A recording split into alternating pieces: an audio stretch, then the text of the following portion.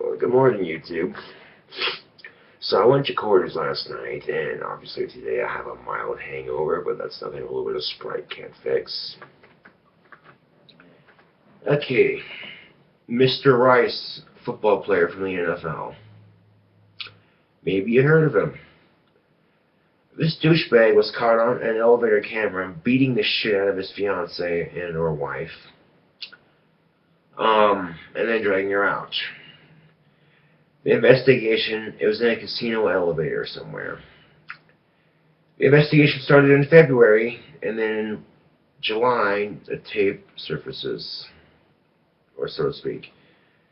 And the tape is now out. It's been out for a while, and now, before the tape came out, the NFL said, we're going to suspend you for 2 days for the accusation. Meanwhile, there's a football player in the NFL who gets caught smoking some weed, and he gets a whole year taken off. What? Okay, hold on a second. NFL is a very dangerous. Football is a very dangerous sport, I should say. There's a lot of body contact. There's a lot of, it's very damaging for your body. At least it can be. So I would not blame an NFL player for choosing to smoke a little bit of weed to help relieve their pain, right? Then they saw the tape and supposedly saw the tape and said, okay, now the tape's here. Well, you're fired from the game. You're fired indefinitely, Really? Now you fire him. What about that guy over here who's smoking weed for his pain, huh? I mean, really? What the fuck, dude? You're paying these people to do a brutal and violent sport, okay? The very least you could do is let them smoke a little bit of weed. And hey, okay, I can understand the NFL has a zero tolerance policy for drugs. I get that. But it'd be one thing if he was going to the game stoned, but he's smoking his weed off game time. So what's the harm in that? Speaking of the sandbar, I did go last night, like I said, and I actually worked up the courage to throw a pickup line at a woman, and this is exactly what I said. I said, "Pardon me," I said her name, but I'm not going to say her name on YouTube for obvious reasons, but I said, "Do you work at a funeral home? Because you sure are drop dead gorgeous." And I'm like, oh, I can't believe I just said that, And she could have taken it a million different ways, but she laughed it off and said thank you. And she said no, she worked as a waitress somewhere actually. So I'm like, oh, okay. She didn't call me a creeper for flirting with her. That's a first. Awesome. But yeah, so and I was nervous as hell too. Like, fuck, dude, try to throw that pickup line out there. Like, she's right there next to me, And I got up to use the restroom, what have you. Came back and she was sitting there. She was like, "Oh hi, hi, I'm Josh." Shook hands. I'm like, "What are you doing here?" "I'm just sitting here drinking, whatever." So awesome. It wasn't a total disaster after all. And I'm not exactly the most smooth when it comes to talking to women. So yes, I was incredibly nervous, mind you. I'm thinking, oh, do I do it? Nah, don't do it. And I'm like, do it, just do it. Do it. So I did. I threw the pickup line out there, and it didn't end in a complete disaster, like I said. She actually was flattered by it, so. Generally, pickup lines don't work. It didn't bring her home with me, but it gave her a smile a little bit, so at least I got something out of it, damn it. But going back to the NFL. Okay. Seriously, you kick a guy out of the NFL for 1 year for smoking pot. I don't know, maybe the NFL executives, some of them might not have played football, some of them might have. If they have played football, some of them are a little bit older. So back in the day, when football didn't have all the pads it has now, right? So, what the fuck? This guy's, and football's a very rough sport, okay? I'm not denying that, okay? You put your body through a lot of hell playing that kind of a game. And so who the fuck are we to say they can't smoke weed if they're, NFL should change that. They should change it to, if you're outside the game and you want to smoke a little bit of weed to relieve your body pain, have at it, Hosh, you know what I'm saying? But during game time, you're not to be stoned. And that's fair, because I'm just sitting there. This guy's playing football. He's like, oh look at the cloud. Football goes flying by him. Like, dipshit, pay attention, you missed the football. No, I'm exaggerating, obviously, but yeah, you know what I'm saying.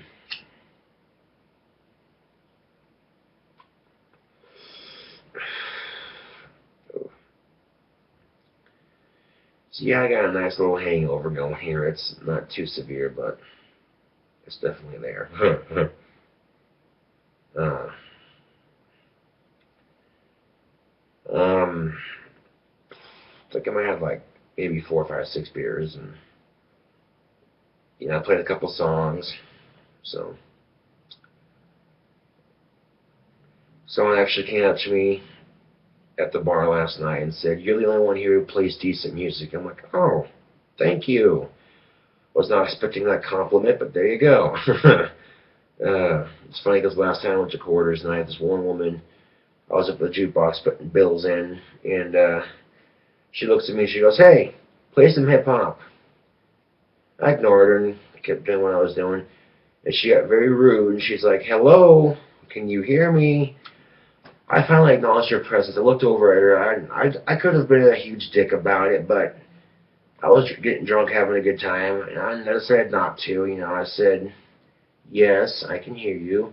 She goes, "Can you play some hip hop?" She's like, "I'm sick of this rock," and I'm like, "Okay, I'll see what I can do." And Ludacris, Blueberry Yum Yum. I don't have it. Screw it. Playing some more rock. Okay. And the rule of thumb is if you're not gonna fork out the money to play the music you want to hear at the bar, then don't bitch when someone plays a song you don't like. Just shut the fuck up and enjoy your drink. Okay? However, if you have money to fork out for music, then fucking play it. Okay?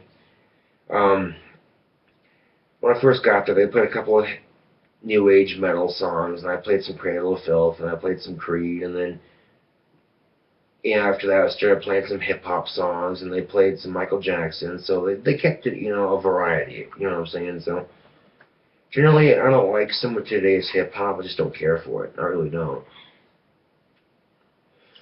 But if I'm at the bar drinking, I'm not really gonna care, honestly, because it's like, bitch about the music, man. Really, bigger things to worry about. That's all I'm saying.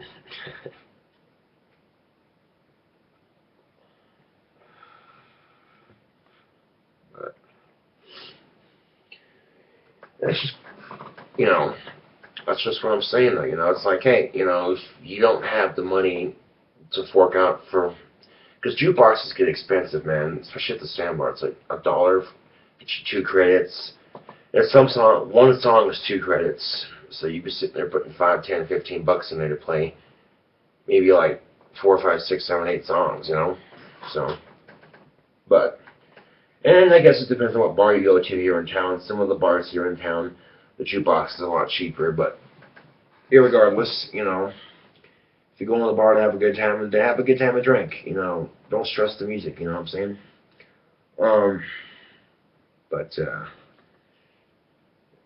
let's see, I played Nymphetamine Overdose by Cradle of Filth, and then I played English Fire by Cradle of Filth, and then I played Creed, Come Full Circle, that song, yeah. It's funny how times can change, rearrange this distance makes the pain fade away, come full circle. Good song. But, yeah. Oh, that's gross. But yeah, that boggles my mind for a second. Going back to the NFL thing, you're gonna term somebody for a year for smoking pot, and then when the allegations and investigations come out about some guy beating his wife, at first you're only gonna give him 2 years, but then you suspend him for the entire, just indefinitely. Wow. You should have just suspended him indefinitely. Yeah, that's what I'm trying to say. She just fired him on the spot. Okay? And hypothetical, what if the accusations weren't true? Let's say it never happened. Let's just say it's just his wife being pissed off. And not obviously they're true. In that case, you'd be like, oh, it turns out they weren't true. You're welcome back to the NFL. But in this case, it was true. They even caught it on elevator camera, you know. So, yeah. And no, you shouldn't hit women. That's not right. But there's a time and a place. Self-defense. You know, she's hit you at least more than 3 times, and it's unprovoked, and she's trying to, you know, start shit with you. Shove her off a little bit, you know. You don't have to straight up just pop, you know what I'm saying? You don't have to go that far, but at least shove her off, you know. And it's like, I'll give you an example here. Okay, this is a nice little example here. When I was in junior high, this girl had a crush on me, but rather than just say it, she ran around hitting me in the balls just because she could. This has been going on for months on end. And finally, I had enough of it, and I pushed her away. I said, stop hitting me in the fucking nuts. I've had enough of it. She stopped after that. I didn't punch her, I pushed. That was it. And here's the thing, though, man. If a girl likes you, wouldn't it be easy just to say it? I mean, hitting somebody in the nuts. How exactly, okay, how exactly does that say you like somebody? Because that doesn't make any sense to me. But it's junior high, man. It was a long time ago, but irregardless, you know, regardless, I should say. Because I guess irregardless isn't a word, you know. That's another thing, gee, like, what the fuck, seriously? People gotta correct my speech in the comments section. Shut the fuck up. This isn't grammar school, you fucking grammar Nazis. You know what I'm saying? Like, straight up. But anyway, this is KingCobraJFS with another video, and thanks for watching.